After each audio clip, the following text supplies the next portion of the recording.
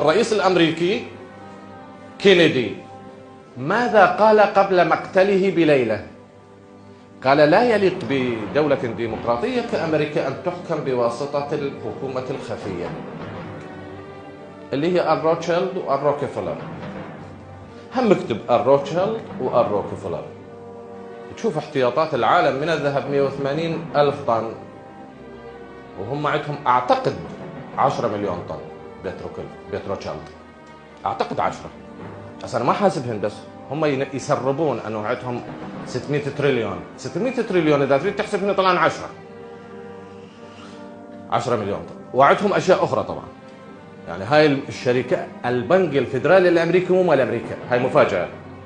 البنك الاحتياطي الفيدرالي مو مال أمريكا، مال الروتشيلد والروكفلر وآل ديبويت وآل مورغان، ويقال آل بوش، بس على الأقوى والأرجح الاثنين الأوائل. هذول وصلوا الشاب، بس أرجو أن لا ينجرح أحد من أمثلتي، أن يلبس البنطلون الجينز اللي نسميه كاوبوي ممزق. شو يريدون يقولون؟ يقولون إن لبسك مشقق، مو لبسك بس جميل، نسير بك على أهدافنا. هذه ظهرت بعد الحرب العالمية الثانية بما سميت البوهيمية. يقول البوهيمية بعدين أخذوها سموها بستان البوهيمي. اكتب البستان البوهيمي وانت تدور كيف يدار العالم. ويقول الرئيس الأمريكي، يمكن فورد، يقول: بإمكانك أن تصبح رئيسا للولايات المتحدة، لكن ليس بإمكانك أن تصبح رئيسا للنادي البوهيمي. كلينتون كان يتكلم والبطل مال المي قريب من حلقه، فسأله صحفي قال: ذهبت إلى الملتقى البوهيمي؟ شرك. فإذا اكو قوة خفية تريد تطلعنا من ديننا. ليش؟ احنا مرات نقول لأسباب اقتصادية، لا، مو بلينا وأنتم بمستعمر أكول شروب لنا غادر يهون على نابه لحمنا هوان الجزور على الجازر. هذا ثانوي الأمر عندهم، لأن عدد سكان العالم الآن 7 مليار. نادي روما، نادي رأس مالي، ديرة روكفلر، منو بيه؟ هذه مفاجأة اللي عندهم ثقافة سياسية. منو بيه من تأسس؟ نادي رأس مالي بأندري جروميكو. اي نعم، اللي كان وزير خارجية الاتحاد السوفيتي في حينه، وبعدين صار رئيس الجمهورية الرمزي للاتحاد السوفيتي في عهد غورباتشوف. بعد هذول شو يريدون؟ ارجع راح تلقي الثورة البلشفية مدعومة من مورغان. هذا كله يخليك ما تصدر قرارات صحيحة، لأنه يجب أن تطلع أنت أمام مؤامرة تجعل البشر يقاتل البشر. ليش؟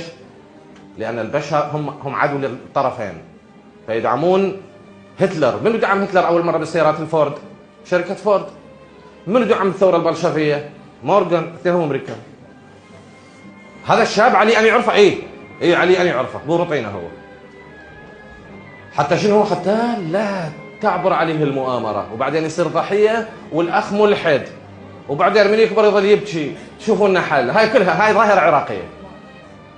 قرأ كتاب وقال رأس المال، تراكم رأس المال. يا عم ماكو تراكم رأس المال، هي لا ولا إلك، هناك رايحات.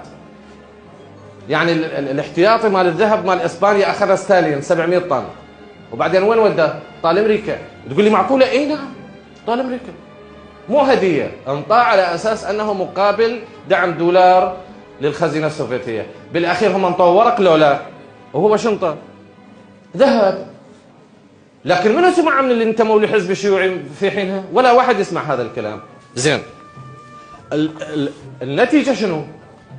النتيجة نطبي أزمة ونتذابح ونتقاصب، ثم بعد ذلك يمكن أن نتساءل ونقول احنا ضحية. شوف، اللي أكبر منكم نسبيا كانوا يذكرون أن كلمة كانت سيئة الآن ما تأتي إلا على سبيل النكتة. الإمبريالية كانت كلمة متداولة.